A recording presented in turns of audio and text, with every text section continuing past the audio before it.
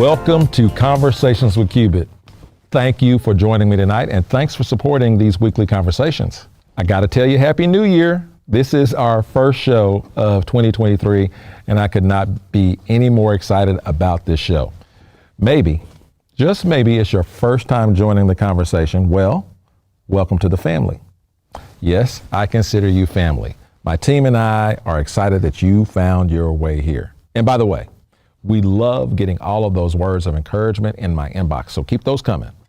They mean a lot to me, my team, and even the guests that join us week after week. Now, be sure to check out some of our past conversations by heading over to my YouTube channel. Just look up Conversations with Cubit, and once you get there, please subscribe and hit the like button. Please hit the like button. Now, after you browse all of those past conversations, you will not be disappointed, I promise. But right now, I need you to do me a favor. Would you please share tonight's conversation? Would you just simply hit the share button? If you've ever needed some motivation to keep you on track to reach your goals, tonight is made especially for you. So please keep this conversation going. Share it with your community. So hit the button, the share button right now. I'm waiting. I'm looking, I'm watching. All right, I got to give a special shout out to my friends Richard and Amy James for giving these weekly conversations at home out here at Green Pasture Studios. It's in far northeast Oklahoma City near Spencer, Oklahoma. Green Pasture Studios are in the movie making business. I mean, they make full-fledged movies, full-fledged movie productions, commercials, and they even have a training academy. They actually teach people of all ages how to work in this movie industry. It's really cool stuff going on out here, so please look them up online and get involved however you can. Okay, let me share with you my very simple goals for these weekly conversations. There's only three. One, I want to add value to people in my community. Two, I want to inspire you to believe in what people and communities can become when we're willing to work together. And three, love people, period. All this means is I want you to be inspired. I want you to get useful information and resources, and I want to celebrate individuals, groups, and organizations who are making a positive impact on our community. Every conversation right here will be about information, inspiration, and hope. That's it. Joining me tonight is a new friend of mine, but a longtime friend of a member of our production crew, Barry Yarborough. So a friend of my friend is a friend of mine. KP Westmorland joins me tonight, and KP is a former mayor of Bethany, Oklahoma. He's a motivational speaker and a faith leader. He has a very specific message he shares all over the world and a very unique way of sharing it. So tonight, I want to tap into that. I want to tap into his background, and I want to tap into his motivational energy. He has written books, started businesses, and much more.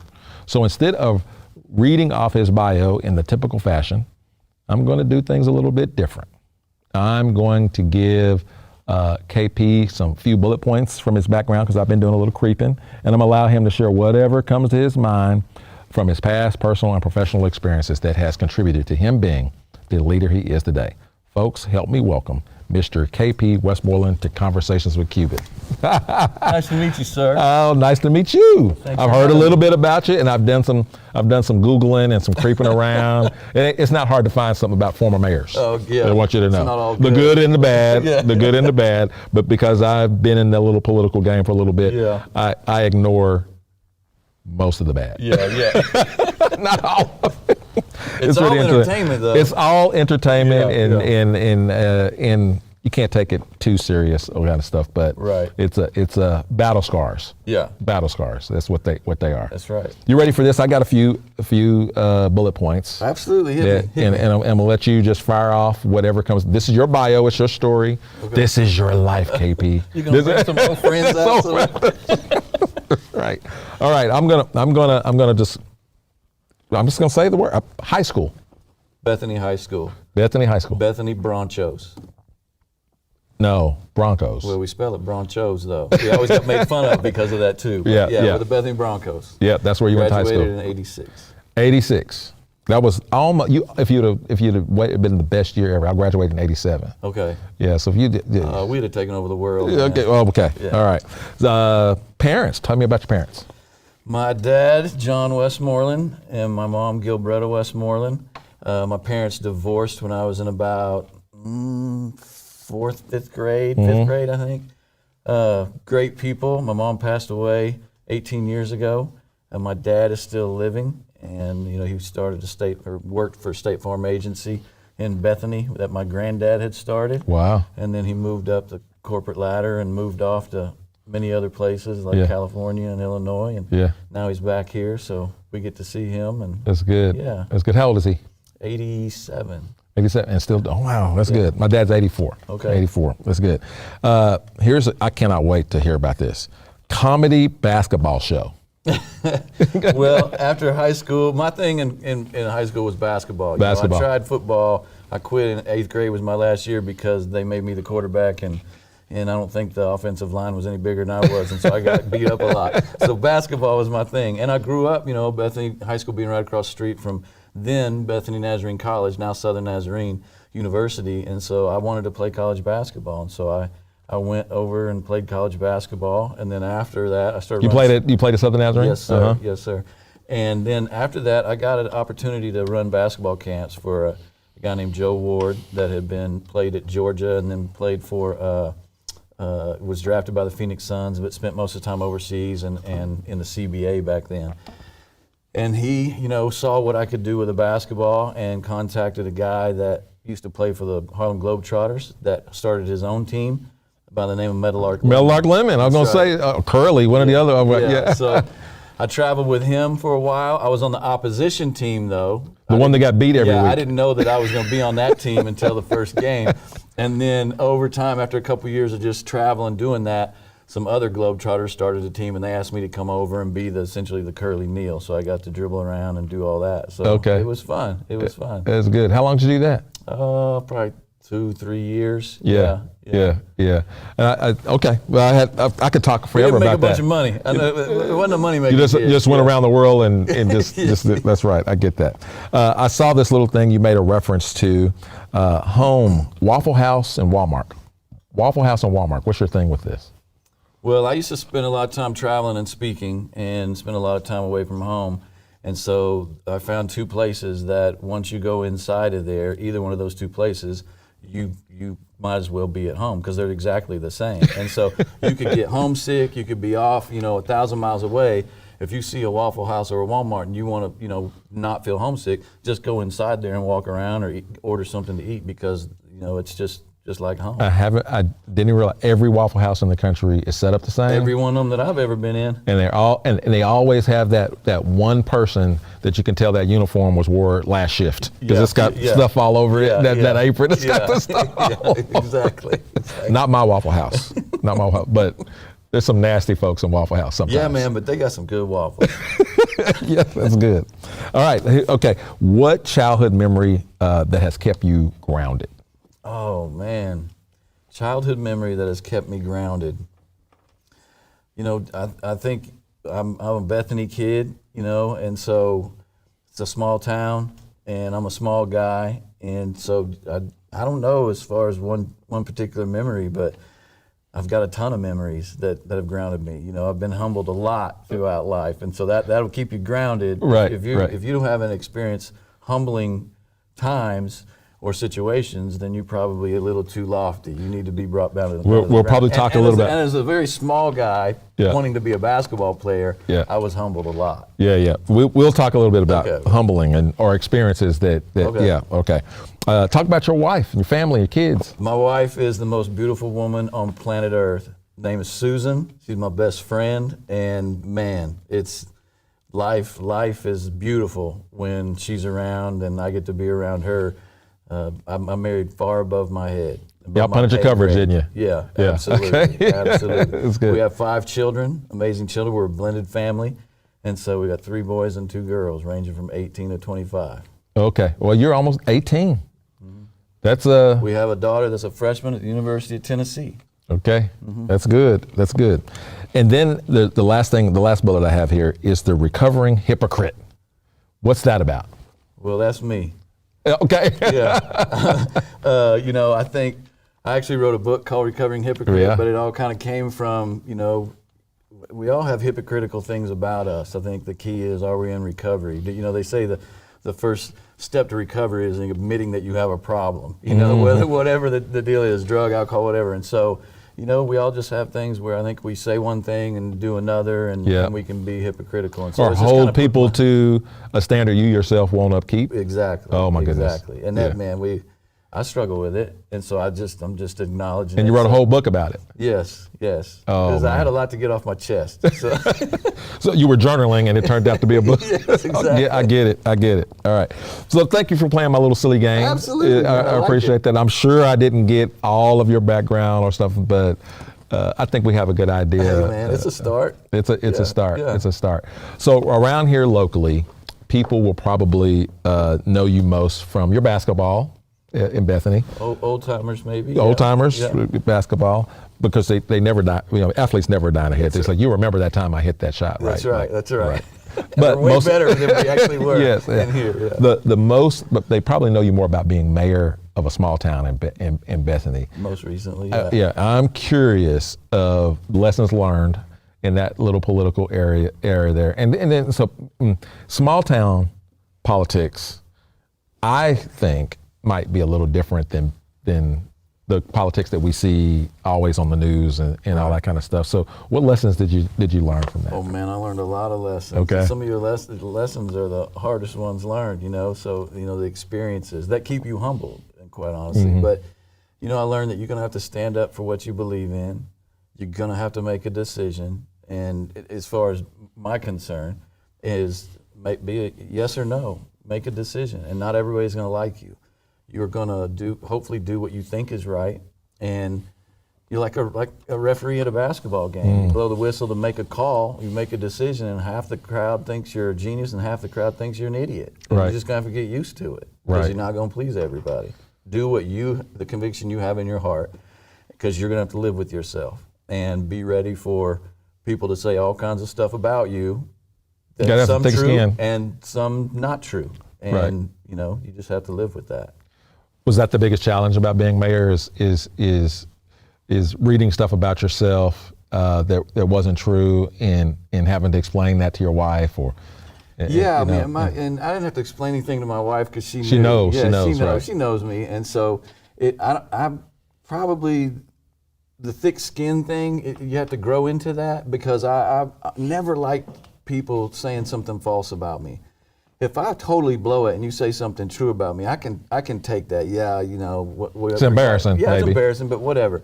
But when it's just false, that's hard to stomach. But you have to get to the point where you can just go like, I can't control that. So you just got to keep moving on and being yourself. And that's a lesson learned. Yeah. You know, but yeah, small town, I've heard, that's the only political career I had. I didn't want to have a political career. I was asked to run for mayor.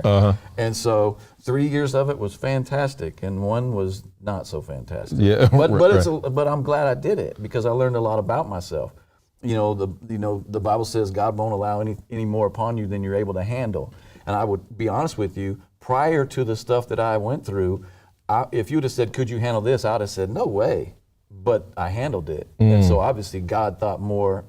I think God thinks more about us than we think of ourselves. For sure. And so he would, he kind of used that experience to say, you know what, you can take some stuff. And so don't be afraid to stand up for what you believe in and stand up for what's right. And my thing is, I don't like turning a blind eye to injustice. And so I don't care what color you are, what your religion is, what your gender is. It just can't be unjust. We have to do the right thing. To know the good you ought to do. This is the verse that ran through my head every day that I was a mayor. To know the good you ought to do and not do it is sin. And so to turn your head from injustice and ignore it, that's unacceptable to me. Right. But in political world, you're probably not going to last that long. You know, I mean, it's just a rough world. I remember you remind me of a lesson. My dad taught me. I would walk past him. He'd be watching TV in his chair, and I'd walk from my room past the TV, past him, into the kitchen, get whatever I'm doing. And in this particular time, I must have stepped over something that wasn't supposed to be there. I stepped over it, went on about my way, and I came back, got whatever it was I wanted, walked back, and I stepped over this piece of paper or trash or whatever it was, and headed back. And he says, hey, where are you going? Yeah, I'm going back to my room. Why did you step over that? It's like, oh, well, I don't know. I didn't put it there. And he says, I know you didn't put it there, but you know it shouldn't be there, right? Yeah, no, I know it shouldn't be there, but I think my sister must have left it there. And he says, don't you ever walk across a mess that you know shouldn't be there when you have the ability to clean it up. That's right. Yeah. That's right. Don't turn your back on it. Right. It's a problem, and you have the ability to fix it. Fix it. That's right. Right. And that's kind of what you're Exactly. what you're talking about. But everybody doesn't want to. Some people want the mess there. Yes. Some people thrive on a mess. Like some people thrive on drama, and they all say they don't like drama. I don't like drama, but then they just start. Everybody that says that likes drama. Yeah. Right. Yeah.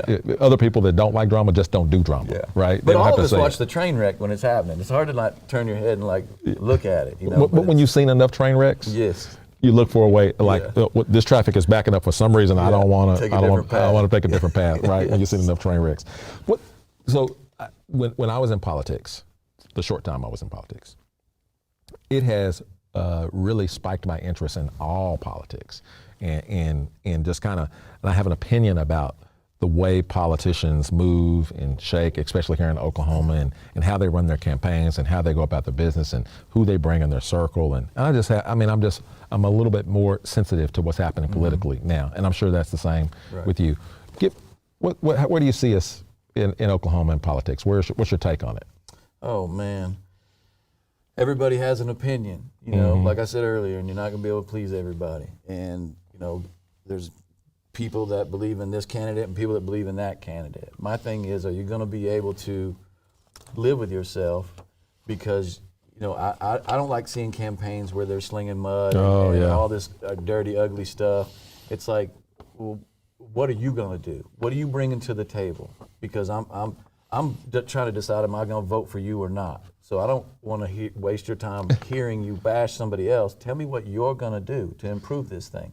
And I think whether that's going to improve the state or the country or the world, or people are going to take that advice and do it, I don't know, and I wouldn't put any. We're doing that a on lot, though. Yeah. We did that a lot. Yeah, we did. Yeah. But you have to live with yourself. And so at the end of the campaign, win or lose, regardless if you ever run again or you go off and do something else, are you going to be happy with yourself about that decision? Because I believe the kingdom of heaven is inside of you. And if I'm bashing you, then who am I bashing really? Am I dogging out God? Am I dogging out God? And that's easier said than done, because believe me, I've had conversations where I'm like, somebody does you wrong, but God always comes around and says, hey, A little correction. Yeah. So I think the world's a much better place when we're letting love win. And until we do that, it's you get on your knees and continue to pray. Yeah, y'all tweet that. Let love win. Somebody tweet that. Right. All right. So I didn't want to talk about politics. That's not where you're here. You had a life as a motivational speaker, and if you're ever been a motivational speaker, you're always a motivational speaker. If you're always a source of motivation to people, you can't just walk away from it. I believe. And so I was just recently asked to speak to a group of leaders, and they wanted me to speak on motivation. And so I was trying to figure out, the whole time I was putting this presentation together, is two parts to motivation. Is being self-motivated and staying self-motivated, and then how to motivate other leaders to inspire them to motivate others. Give us some advice on staying self-motivated, one, and two, how do you motivate others?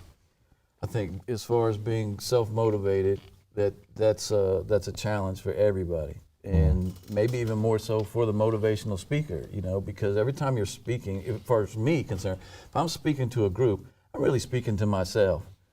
You just happen to be sitting there listening to my private conversation, with myself. And so, but you have to have a why. Why are you doing what you're doing? What's your goal? What's the end result you're wanting to have? And it's easy. I've lost it at times. I've lost my why. I've lost my focus of why am I doing what I'm doing? And you have to come back to that. And I'm reminded about the story about Buster Douglas and Mike Tyson that I've heard so many times, where he wasn't even supposed to be fighting him. He definitely wasn't going to win, but his mom was bragging to the ladies at the hairdresser shop, my son's going to knock out Mike Tyson. They're just laughing at her and stuff. Right. And then 2 weeks before, or a few days before the fight that was to happen, his mom passes away from cancer, I think. And then the day before, he ends up with like the flu or something. So he's got everything against him, and he's fighting the toughest guy on planet Earth. And he gets knocked down, like in round 1 or 2. But then he gets back up, and he ends up going like 9 or 10 rounds, and he knocks Mike Tyson out. Yeah. And it's like, it's because he knew his why. He promised his mom he was going to beat Mike Tyson. And so he could not do it. And so we all have to have our why. What promise did you make to yourself? What promise, is that's not strong enough, then what promise did you make to your wife or to your husband or to your children or grandchildren or your community? And that's going to be the thing, I think, that gets you out of bed in the morning and keeps you going. Is it's not just about you, but what is it that I'm trying to accomplish, and who have I made this promise to? Right. And so that's what I try to do. And I'll tell you, after my mayorship, I backed up and sat down and kind of shaking my head, like, what just happened, and why am I doing what I'm doing, and what am I supposed to do now? And I didn't want to go out and motivate anybody else, because I wasn't motivated. I was beat up. Right. But at some point in time, you have to just get up and go, you know what? Forget this. Yeah. I got life to live. I got a fight to win, and I got people counting on me. And so it's time. It's go time. Yeah. Zig Ziglar says it something like this. He says, people will say motivation don't last, but either does bathing. That's why we recommend it every day, right? You got, and sometimes you got to load up on your whys, right? There's and you just did that. You're like, I got a wife, I got a family, I got a kid. Well, sometimes the family may not be the thing that's motivated, because family feels so good and everything's rocking and rolling, but you got to get fired up. So you got to load up the whys, right? Because process is getting ready to attack that, right? The work has to be done in that thing. So what you said in the Mike Tyson, in the Buster Douglas, was he that has a why to live can bear almost any how. Right? That's right. Right. Mike Tyson is a tough challenge. Right. Right. Getting in the flu, coming over the flu is a tough challenge. The grief of getting over my mother's passing. That's all. How am I going to win now? Right. But if you have a why, exactly, it defeats the how. And quite honestly, desperation is a very strong motivator. You know what I'm saying? Anything in life. If you're facing bankruptcy, man, that's a strong motivator to be like, man, I've got to fix this. If you get a message from the doctor saying, well, here's where you stand health-wise, well, that desperation can be a strong motivator to get in shape and start eating right and doing the right thing. So, find out, if you can't find your why that's going to keep you going, you might end up with a desperate move that's going to make you motivated. Right. Sometimes the why is given to you, exactly, right? Exactly. Like the doctor said, if you don't start eating right, you're going to die. Exactly. Right? So you gave me a why. Yeah. That's good. Hey, so I can already tell in this conversation that you seem very eager to share your faith with people. Very eager to do that. Where did this love for sharing your faith come from? My mom wasn't she wasn't a preacher and anything like that. She worked in a church as a secretary, and she prayed for me every day. And I was a wild child, and so I made a lot of bad decisions and choices. I didn't think I was going to live to see 25. I didn't care. I wanted to play basketball for the Philadelphia 76ers one day. Never happened. But that was it, And so I found myself addicted to drugs, addicted to cocaine specifically. And I know I was addicted, but you hide everything you can. And then I flunked out of college. I moved in with my mom. She had moved to Fort Worth, Texas, and so I moved in with her. And for a semester, I just sat there wondering, what now? And I never doubted God. I just didn't want him to get in the way of what I wanted to do with my life.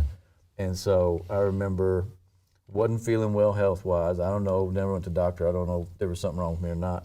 But I remember praying 2 days before Thanksgiving in 1988 and gave my life to Jesus Christ in my bedroom at my mom's house in Fort Worth. And it was real. And it doesn't mean I've done everything perfect since then, but it was real. And I just remember thinking, I can't keep this to myself.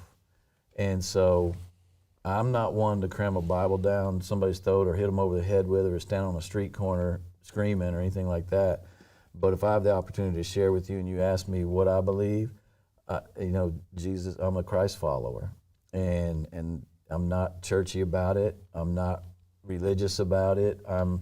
It's ugly sometimes. I was always told God knows your thoughts. He knows your motives and all that kind of stuff. So if I can't hide anything from God, then why am I going to act like everything's peachy keen when it's not? Sometimes me and God, He still loves me as a child, but I'm throwing a temper tantrum, and sometimes it's not easy. Like I said, my wife's the most beautiful woman on planet Earth, and I'm madly in love with her and love her, but yet we don't always see eye to eye, and sometimes we have arguments, but we're still married, we still come back together, and we still love each other. And so if the Bible's true and it says how much more does our Heavenly Father love us than the earthly fathers love their own children, then how is God ever going to abandon me or kick me out of the house because I said something wrong or I threw a temper tantrum? Because I'm never going to do that to my kids. Right, yeah, yeah. But it's just a real faith journey, and not everybody has to be where you are in their faith journey, but I want to motivate them to don't be afraid to ask questions. Don't be afraid to admit that you doubt, Even Jesus met the dad that, said all things are possible if you believe. And the dad said, because he wanted him to heal his son, he said, I do believe, but help me with my unbelief. He admitted he had unbelief. Well, we're all like that. We believe so strongly, but at the same time, we're like, oh, today I had a sales meeting with what I'm doing now.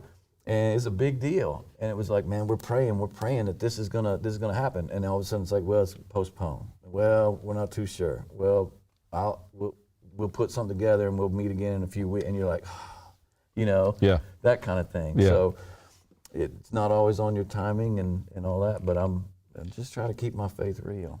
Listen, man, speaking of that, so when you talk about the addiction and then accepting Jesus as your Lord and Savior that night, that moment, I don't know this, and I'm just gonna ask, but usually He sends somebody, He sends a person to help guide you away from the things that are hurting you, right? And then you met. Who is that person that you met, and where did they take you, and how did you get healed? Well, quite honestly, and I know this isn't the case for everybody, right, but when I prayed that night, God delivered me from that addiction. Yeah. So I can't claim to have successfully made it through some big program or anything like that. That maybe He just knew He ain't strong enough to do it, so I'm just going to do it for Him. But then I went back to college the next semester and had teammates that loved the Lord, that just kind of put their arm around me. And Dr. Kyle Rickner, he's a doctor now. He was one of them. Jeff Johnston was one of them. Yep. I got several of them. Alan Pepper. I got a bunch of I knew guys there would be names to this story. I knew it. Yeah. And Alan Pepper ended up being one of my board members of my ministry. When I started ministry and started traveling and speaking, and so they came alongside of me and just they didn't judge me or preach at me. They were just big brothers there for me. Joe Ward is one of them that I ran the basketball camps and introduced me to Meadowlark Lemon. So, yeah. Talk to me a little bit about the ministry and some of the highlights of that, going on the road and motivating people. Oh man, there were so many highlights. It's such a unique experience and life journey. Looking back, thinking everything, man, I was involved in that. What was that? But as a basketball player, and then I started taking teams into prisons and playing against inmate teams and just witnessing to them and giving them Bibles and just being there having a conversation, and had fun doing that. And then I got asked to go speak at a youth group, and then another youth group, and it just started. The snowball started rolling, and God was opening up doors. I found myself. I was asked to host a radio program called For Real at what was then 91 FM in Oklahoma City. And so hosted that, and one day I was sitting there. I don't sing. I do sing, but my wife says it's really not that good. And I don't know how to play an instrument. But I was sitting in the studio, and all these autographed pictures from all these Christian artists like DC Talk and Audio Adrenaline and Michael Lewis Smith, all these people were on the walls, right? And I remember sitting there after the show, and I just felt like God said to me, not audibly, but just something in my gut, just said, I'm going to use you to minister to these people. And I thought, well, don't they have pastors? I mean, they're Christian singers. Like, do they need somebody to minister to them? Right. And I don't know any of them, and I'm not in the music industry. How that's going to happen? Yeah. And it probably was a year or two later that because I was starting to bring in bands, and they would do a concert, and I would speak. churches around and different things as outreach things. And all of a sudden I had a manager call me and say, we want you to be the road pastor and speaker on this tour. And so I found myself, for 7 or 8 weeks, it was Wednesday through Sunday, and then I would fly home, and Monday, Tuesday I would be at home, and then I'd fly out again Wednesday, and so it's like that for 7 or 8 weeks. And I'd fly to Nashville, they'd pick me up, I'd go, they'd roll up, put me in a Prevost bus, and I'm sitting there with Michael Tate from DC Talk and all these different bands, and doing devotionals with them in the back of a bus and introducing them on stage. And I realized, God, you're doing exactly what you said you were going to do.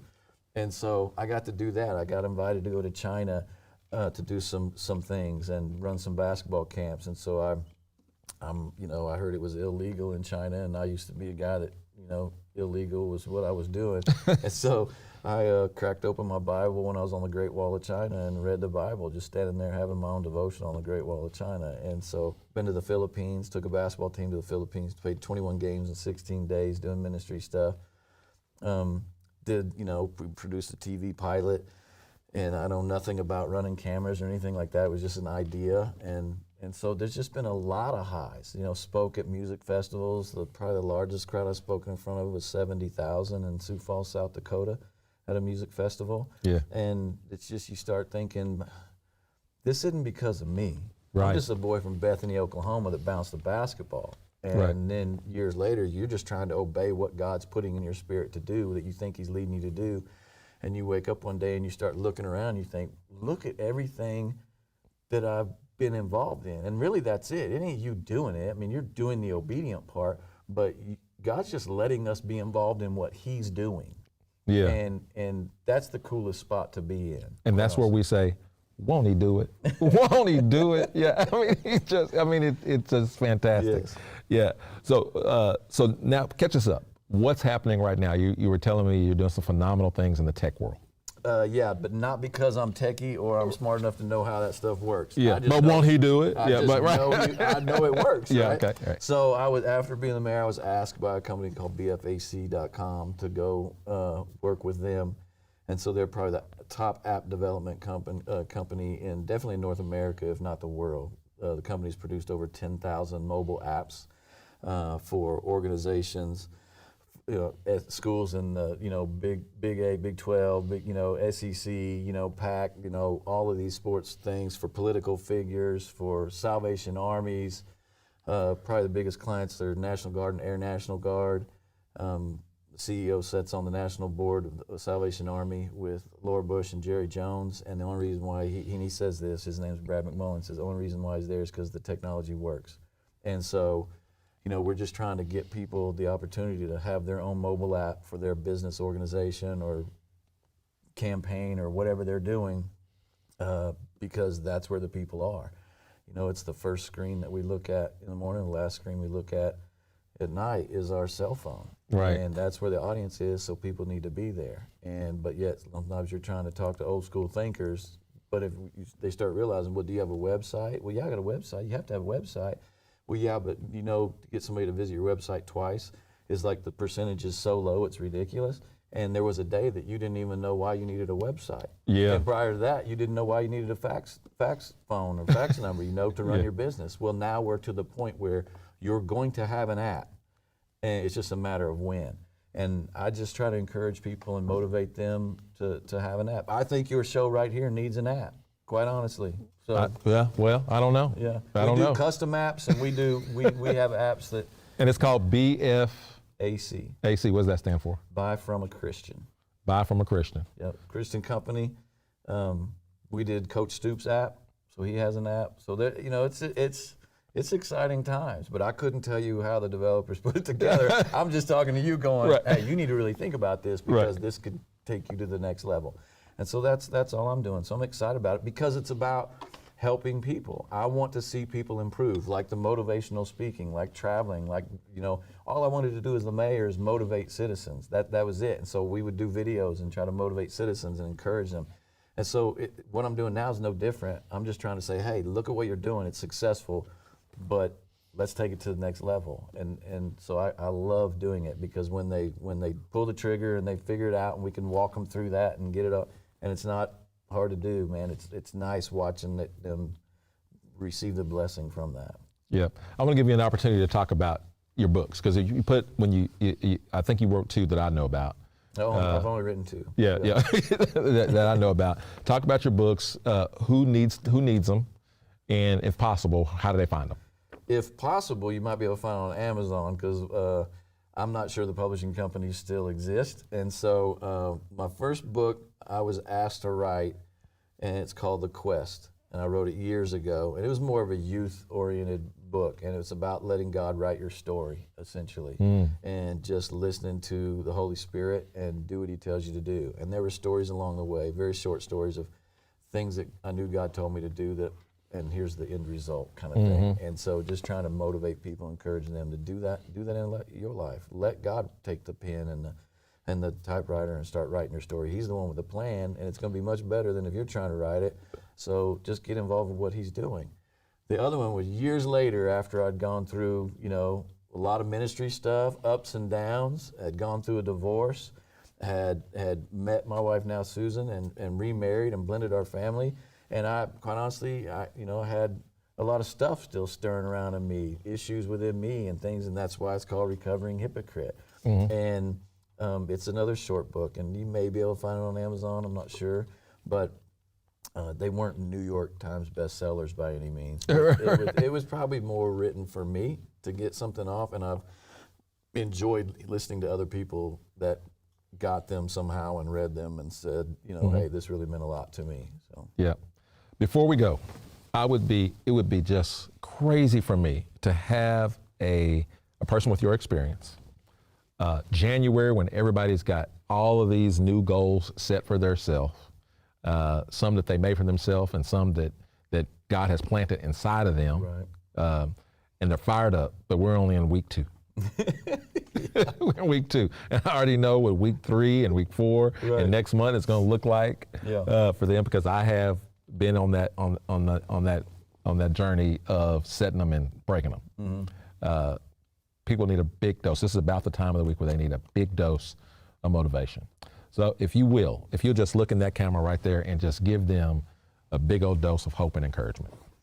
First of all, the thoughts that you've had that led you to want to reach the goal that you set for yourself, or make your resolution or your goals or whatever they are, I believe those are obtainable. And maybe that was done out of desperation, like we talked about earlier, or maybe it's just something that you want to accomplish, and I believe it's something that God probably placed inside your heart and your mind. And the last thing you need to do is, when you stumble, trip, fall, fail, is to beat yourself up about it. You don't need that. What you need is to just continuing to think about your why. Why did you want to accomplish this to begin with? And if you didn't do so well today, tomorrow morning's a brand new day, and it's a brand new opportunity for you to pick yourself up and get going. I'm reminded of Walter Payton, and I don't remember how many yards he rushed in his career, but it was like miles, right? But then when you look at the average yard per carry that he had, it was only like 3 or 4 yards per carry. And so what that meant was, even though he may have rushed the football for 10 miles in his NFL career, some big ugly guy hit him as hard as he could and knocked him to the ground every 3 or 4 yards. He had to keep getting up, getting back on the line, taking the ball, and continuing to run. Sometimes that was a 99-yard run touchdown. Sometimes it was maybe a loss. Sometimes it was just a 2 or 3 yard gain. And that's the way life is for us. Today might not have been that great a day for you in getting closer to your goal. But tomorrow's a brand new day. So get up, get ready to get the ball, and you're going to run again. And you're going to do that every single day. And remember your why. The why for Walter Payton was try to get to the end zone. Well, there is going to be an end zone for every single one of us one day. And so I want to see you accomplish your dreams and your goals. So get up and get moving, and stop beating yourself up, thinking about all the thoughts of what you did wrong, because I don't believe that's going to help you succeed. Think about the things that you've done well. Think about the things you did right. At the end of the day, don't just dwell on the negative stuff. Think about the things you did right, and then think about how great it's going to be tomorrow. When you wake up in the morning, make the proclamation. God has created a great day for you, and now you just get to go experience it and make the most of it. Love you, believe in you, keep reaching for your goal. You can do it. God bless you. Man, I love it. I love it. Listen, this is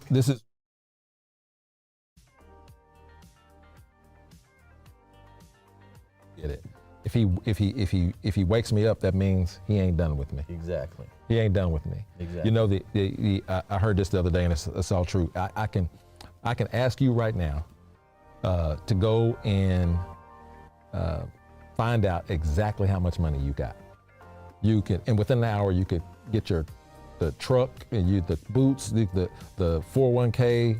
You can call the bank. You can figure out exactly how much money you got, give or take $1 or $2. Right. Right. You could tell me how much money you got. But if I asked you to tell me how much time you got, you couldn't tell me. There ain't nothing you can do to tell me how much time you got. Nope. Right? So why waste any of it? Exactly. Go get it. Go get it. I added up one day how many times on average my heart had beat in my lifetime. Because you can figure out like your average heartbeat. And I just started doing the math. And then I got there, I was like, man, that's a big old number. But not one of those beats did I cause to happen. God made that beat every single time. And if he's gonna allow to give me one more heartbeat, there's a reason for that beat. And you better be taking advantage of it. Boy, that's it. How do we connect with you? How if somebody wants to get involved with you, the app, your motivation? I'm not on Facebook. Right? I'm not on Facebook anymore. But I'm on Instagram. I've got a Twitter account that I rarely get on. I found it. I found it. I found it. You can. I think the last thing I post was. Did I post this? My wife called in and got on the Paul Feinbaum show. That was it. Dude, that was the last one. That was one of her bucket lists. That was so funny. That's just enjoying the moments in life. Yeah. That's the other thing. Be in the moment. Just enjoy the moments of every life. Yeah, but you can email me at kpwestmorland@me.com. That's it. That's it. I appreciate you taking the spur of the moment and coming hanging out with a new friend. Thanks for having me, man. Thanks. I love it. I love it. Good. So, man, you got a plan. Well, I'm working on something, but right now I just want you to know that you're a year older than me, which means I probably have a little bit more flexibility on my layup. I guarantee it. I guarantee it. No, but I can't dribble anything. That's it for Conversations with Cupid. Thank you for joining me, and we'll see you next week. And Happy New Year. Enjoy it. Go get it.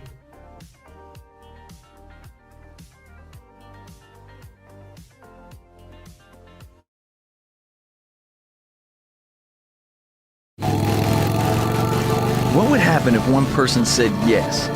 If one person said, I will go and tell people of a hope that has changed my life, where would that road take such a person? I'm KP Westmorland, and no matter what the cost, I'm gonna go. Ride with me. Jesus said, go into all the world. And going ain't easy. So keep going.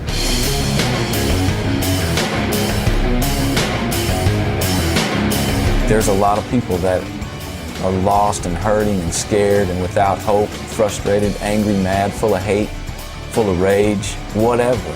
And they're out there in the world, and as long as God continues to give me breath and give me a word to speak and a place to go, I'm gonna go.